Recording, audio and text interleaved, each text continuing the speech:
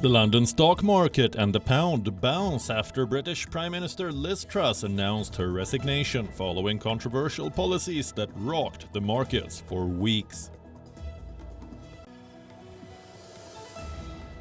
The United States will discuss North Korea's recent missile launches, along with security issues related to China and Taiwan, at a meeting with officials from Japan and South Korea.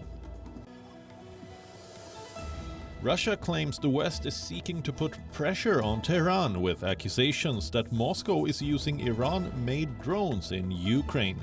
Meanwhile, the European Union agrees on sanctions against 3 individuals and 1 entity supplying Iranian drones to Russia that have been used to bomb Ukraine.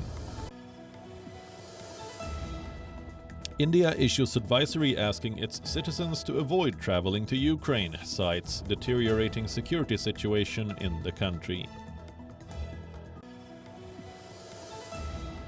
The large dome of a grand mosque in Indonesia's capital, Jakarta, collapsed after a major fire, without causing any casualties. The cause of the fire, which took hours to extinguish, is under investigation.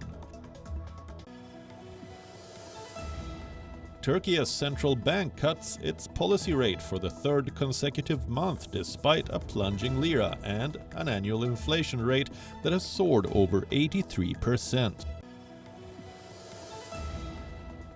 The falling yen hits 150 per dollar for the first time since 1990, driven down by the contrast between Japanese monetary easing and aggressive US rate hikes.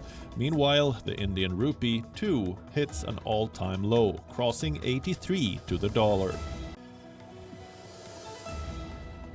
Birkin bag maker Hermes flags plans to hike prices by 5 to 10% in 2023 on rising costs and currency fluctuations, after a sharp rise in sales over the 3rd, with no signs of any slowdown yet.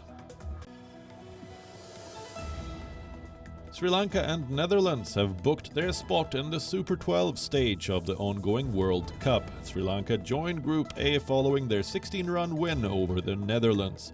The Dutch advanced following the United Arab Emirates' 7-run win over Namibia. They slot into Group B alongside India, Pakistan, South Africa and Bangladesh. Cristiano Ronaldo left Old Trafford before the final whistle after being an unused substitute in Manchester United's 2-0 win over Tottenham Hotspur.